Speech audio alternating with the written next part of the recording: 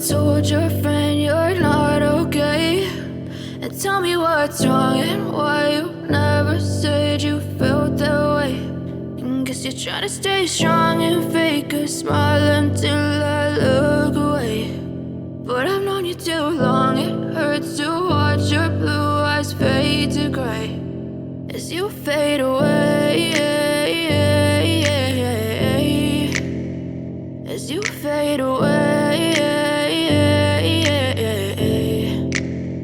Yeah, I'm about to fade away, cause every time I wake up I feel like it's Monday. Something's going wrong with all the chemicals up in my brain. All of a sudden I don't look at anything the same way. Gotta build up of my thoughts sitting in an ashtray. I'm sorry that I'm so inconvenient, okay? Just let me be me and I'll stay out of your way. I can see the way you look at me, I'm such a disgrace.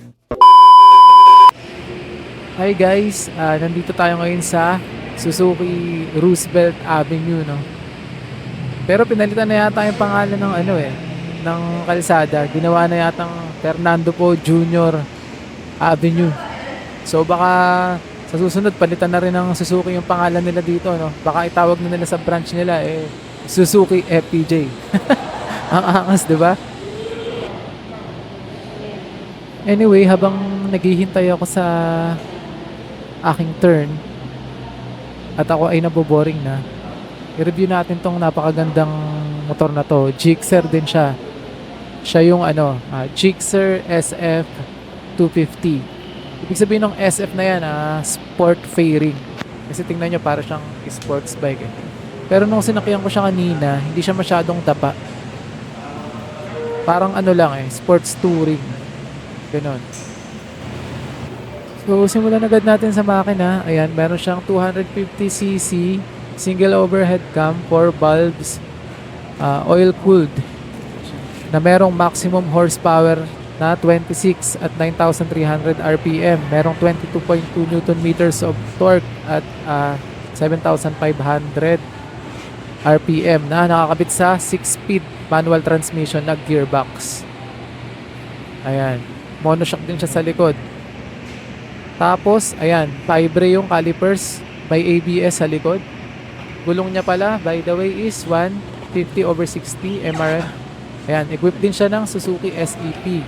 Ibig sabihin, matipid sa gas. Around 35 kilometers per liter ang kanyang fuel consumption. Medyo mataas din ang kanyang ground clearance. Nasa 165 mm. Dangkalin natin, ayan. Mataas talaga. By the way, seat height niyan 800 mm. Sa height ko na 5'7", sayad na sayad sa lupa yung paa ko. Kaya shorter than me, like 5'5", 5'4", kayang-kaya yan. Ayan, meron din ABS sa harap. So dual channel siya. Ayan yung sensor. Fiber din yung caliper. Ito pala guys, sa Gixxer natin, yung butas, yan ay provision pala ng ABS. Kasi sa India merong ABS variant. Gulong niya pala sa harap is 110/70 MRF din. And pareho silang tubeless. Ganda.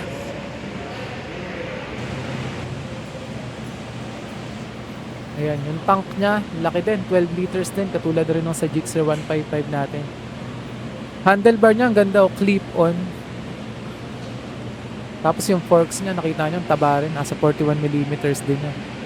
Same lang sila ng instrument panel ng natin ng Gixxer natin. So malamang same yung mga information yan. Yan, pati yung mga pindutan, ayan, halos pareho lang. May iba lang talaga clip-on yung handlebar ang angas Yan, tapos yung upuan niya, same na same din sa Gixxer 155 natin. Ayan So, ang ganda rin na ito pang dalawang tao. Komportable kayong dalawa ng angkas mo. Ayan yung ilaw niya sa likod, LED yan. Yung sa harap niya, LED din. Parang Gixxer 155 nga lang din yan LED yung harap, ilaw sa likod at harap. Pero yung blinkers niya, halogen pa. Ayan yung gulong niya sa likod Mukhang tinatawag na yata ako.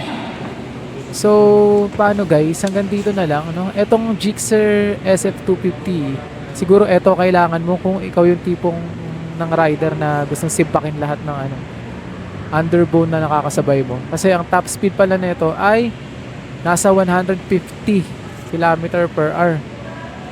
Grabe no, 2 lane. Kahit hindi siya big bike, pwede na rin. So paano? Hanggang dito na lang guys. See you on my next video. Thanks!